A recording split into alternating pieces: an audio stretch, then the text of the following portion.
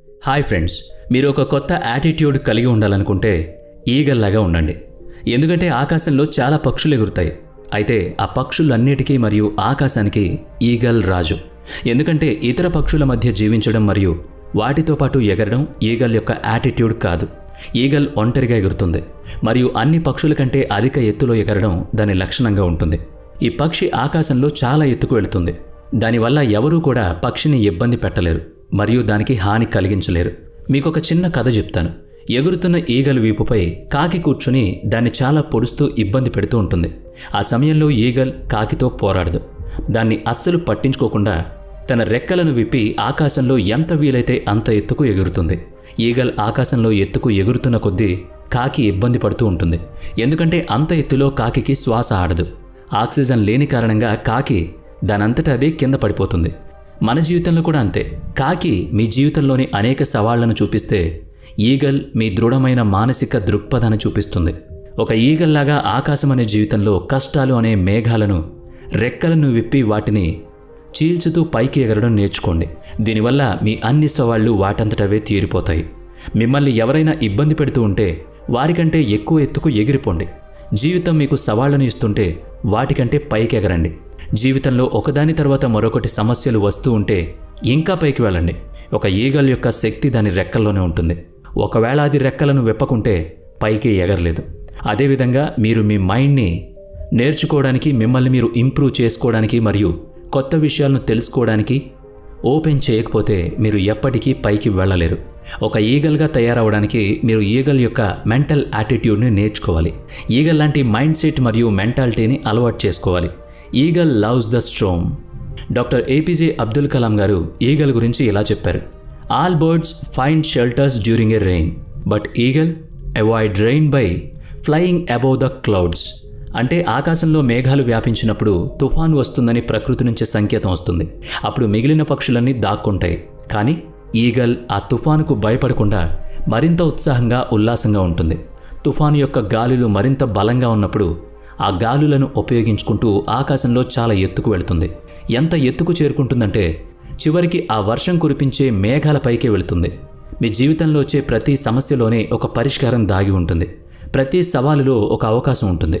మీరు ఆ సమస్యలను మరియు సవాళ్లను అధిగమించినప్పుడు మీకు చాలా అవకాశాలు లభిస్తాయి. Every challenge brings a great opportunity with it అని నెపోలియన్ హిల్ అన్నారు. మీరు కూడా ఈగల్లాగా జీవితంలో వచ్చిన సమస్యలను సెల్ఫ్ డెవలప్మెంట్ కోసం దొరికిన అవకాశంగా మార్చుకోవాలి. అప్పుడే మీరు చాలా ఎత్తుకు ఎగరగలుగుతారు. Eagle always remove soft grass from the nest. Eagle యొక్క గూడులో ఎప్పుడూ మృదువైన గడ్డి ఉండదు. మీకు తెలుసా? ఈగల్ మెత్తటి గడ్డిని తన గూడులో నుంచి విసిరిపాడేస్తుంది. ఎందుకంటే ఒక ఈగల్కి గూడులో కూర్చోవడం ఇష్టం ఉండదు. ఆకాశంలో ఎగరడమే దాని లక్షణం. తన గూడులో కూర్చోవాలి అనుకోదు. అందుకే అది తన గూడును వీలైనంత వరకు ముళ్లతో ఉంచుకుంటుంది. ఈగల్ తన పిల్లల కోసం మృదువాటి గడ్డిని ఉపయోగిస్తుంది. ఆ పిల్లలు పెరిగిన తర్వాత వాటిని ఆ గూడు నుంచి బయటకు పంపిస్తుంది మరియు ఆ మృదువాటి గడ్డిని కూడా తీసేస్తుంది. తిరిగి ఆ పిల్లలు ఆ గూడుకు వచ్చినప్పుడు వాటికి అది అన్కంఫర్టబుల్గా అనిపిస్తుంది. అయినప్పటికీ దాంట్లోనే అవి విశ్రాంతి తీసుకుంటాయి. కొంతకాలం తర్వాత అవి వాటి పిల్లల్ని గూటి నుంచి తీసేస్తాయి. ఈ సైకిల్ ఈ విధంగానే రిపీట్ అవుతూ ఉంటుంది. ఆ పిల్లలు గూడు నుంచి బయటకు వెళ్ళి ఎగరడం ప్రారంభించే వరకు ఈ సైకిల్ కొనసాగిస్తుంది. అవి ఒక్కసారి ఎగరడం ప్రారంభించాయి అంటే వాటికి గూడులో సుఖంగా కూర్చోవడం కంటే ఆకాశంలో స్వేచ్ఛగా ఎగరడమే వాటి లక్షణం అని అర్థమవుతుంది. ఎందుకంటే ఈగల్కి తెలుసు కంఫర్ట్ జోన్ ఎంత ప్రమాదకరమో. కానీ మానవులమైన మనం మాత్రం మన జీవితాలను వీలైనంత సుఖంగా ఉంచుతాం. ఆకలి వేస్తే ఆన్లైన్లో ఫుడ్ ఆర్డర్ చేస్తాం. బోర్గా అనిపిస్తే రీల్స్ను స్క్రోల్ చేస్తూ ఉంటాం. చాలా పెద్ద పెద్ద కంపెనీలు మీ జీవితాన్ని ఎంత వీలైతే అంత సౌకర్యవంతంగా మార్చేశాయి. ఇది మిమ్మల్ని వీలైనంత బలహీనంగా తయారు చేయడానికి. మీరు ఎంత కంఫర్టబుల్ జోన్లో ఉంటే అంత లేజీగా తయారవుతారు. మన కంఫర్ట్ జోన్ మన యొక్క అతిపెద్ద శత్రువు. అంతేకాదు, మనం దీన్ని గుర్తించలేం కూడా. Eagles go through the painful process of change. Eagle లాంటి ప్రత్యేక పక్షులు ఎక్కువ జీవితకాలాన్ని కలిగి ఉంటాయి. ఇవి 70 సంవత్సరాల వరకు జీవించగలవు. కానీ ఇంత వయస్సు వరకు చేరుకోవడానికి అవి చాలా బాధాకరమైన ప్రాసెస్ను చేస్తూ ఉంటాయి. ఈ ప్రక్రియ ఒక విధంగా వాటికి 2 జీవితాలను ఇస్తుంది. 40 సంవత్సరాల వయసులోకి రాగానే ఒక ఈగల్ యొక్క పొడవాటి మరియు పదునైన గోర్లు బలహీనంగా మారతాయి.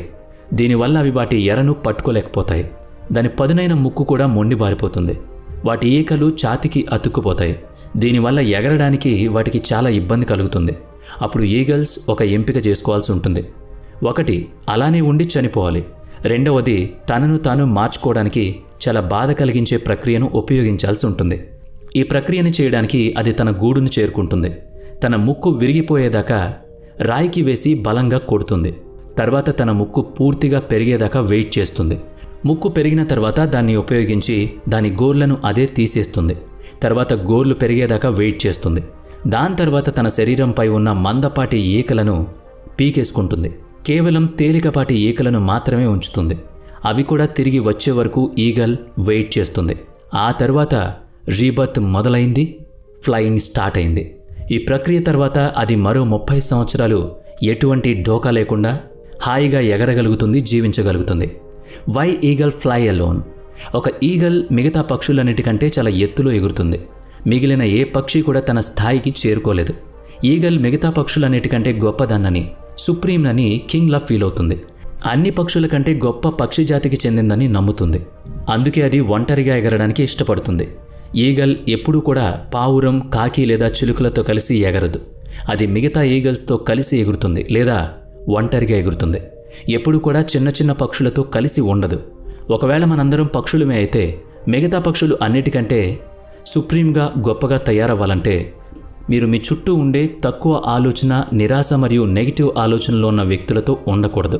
వాళ్ళకంటే ఉన్నతంగా ఉండడం నేర్చుకోండి. ఒకవేళ మీరు జీవితంలో ఏదైనా గొప్పగా చేయాలనుకుంటే అలాంటి వారికి దూరంగా ఉండడం అలవర్చుకోండి. ఎవరైతే సంకుచితంగా ఆలోచిస్తారో, పెద్దగా ఆలోచించడానికి సామర్థ్యం లేదో, ఎవరైతే ఆకాశంలో ఎగరాలని అనుకోరో వాళ్ళు మిమ్మల్ని కూడా ఎగరనివ్వరు. అలాంటి వాళ్ళతో ఉండడం కంటే మీరు ఒంటరిగా ఉండడం ఉత్తమం.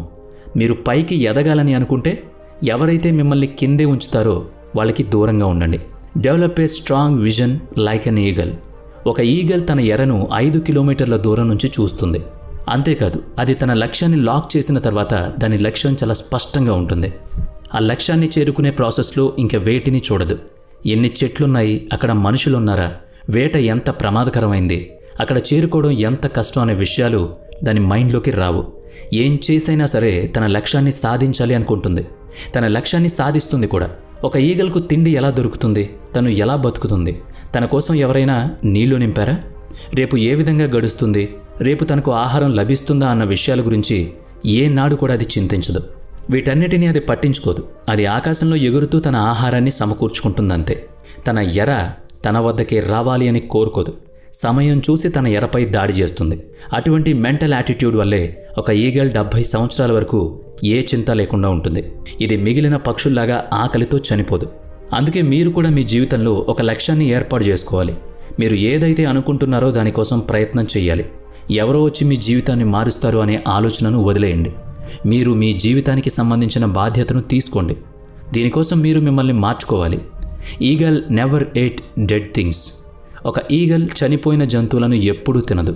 అది ఎల్లప్పుడూ తన కోసం తాజా ఎరనే చూసుకుంటుంది. మన గతం జరిగిపోయింది అని, గతంలో జరిగిన ప్రతి విషయం, ప్రతి సంఘటన అయిపోయింది అని ఈగల్ యొక్క ఈ మనస్తత్వం మనం నేర్చుకోవాలి. ప్రస్తుతం మన చేతిలో కేవలం ప్రజెంట్ మాత్రమే ఉంది. మీ యొక్క గతం ఎటువంటి ప్రదేశం అంటే మీరు పాత విషయాలను అందులో పాతిపెట్టుంచారు. మీరు మీ గతంలో చాలా చెడ్డ పని చేసి ఉండొచ్చు లేదా చాలా మంచి పని చేసి ఉండొచ్చు. వీటి గురించి ఆలోచిస్తూ మీరు మీలో వివిధ భావోద్వేగాలను అభివృద్ధి చేస్తున్నారు. అది మిమ్మల్ని లోపల నుంచి బలహీనంగా తయారు చేస్తుంది. ఒకవేళ మీరు మాటి మాటికి గతం గురించి ఆలోచిస్తూ ఉంటే ప్రజెంట్లో ఏ విధంగా బ్రతకగలుగుతారు? ప్రజెంట్లో మీరు మీ ఫ్యూచర్ని డెవలప్ చేసుకోవాలి. మీ యొక్క బెస్ట్ వెర్షన్ని తయారు చేసుకోవాలి. ఈ విషయాలపైనే మీ ఫోకస్ అంతా ఉండాలి. అంతేగాని బాధల గురించి పదే పదే బాధపడుతూ ఉండకూడదు. గతం అనేది అయిపోయిన సంఘటన. దాని గురించి బాధపడుతూ ప్రజెంట్ను వృధా చేసుకోవద్దు.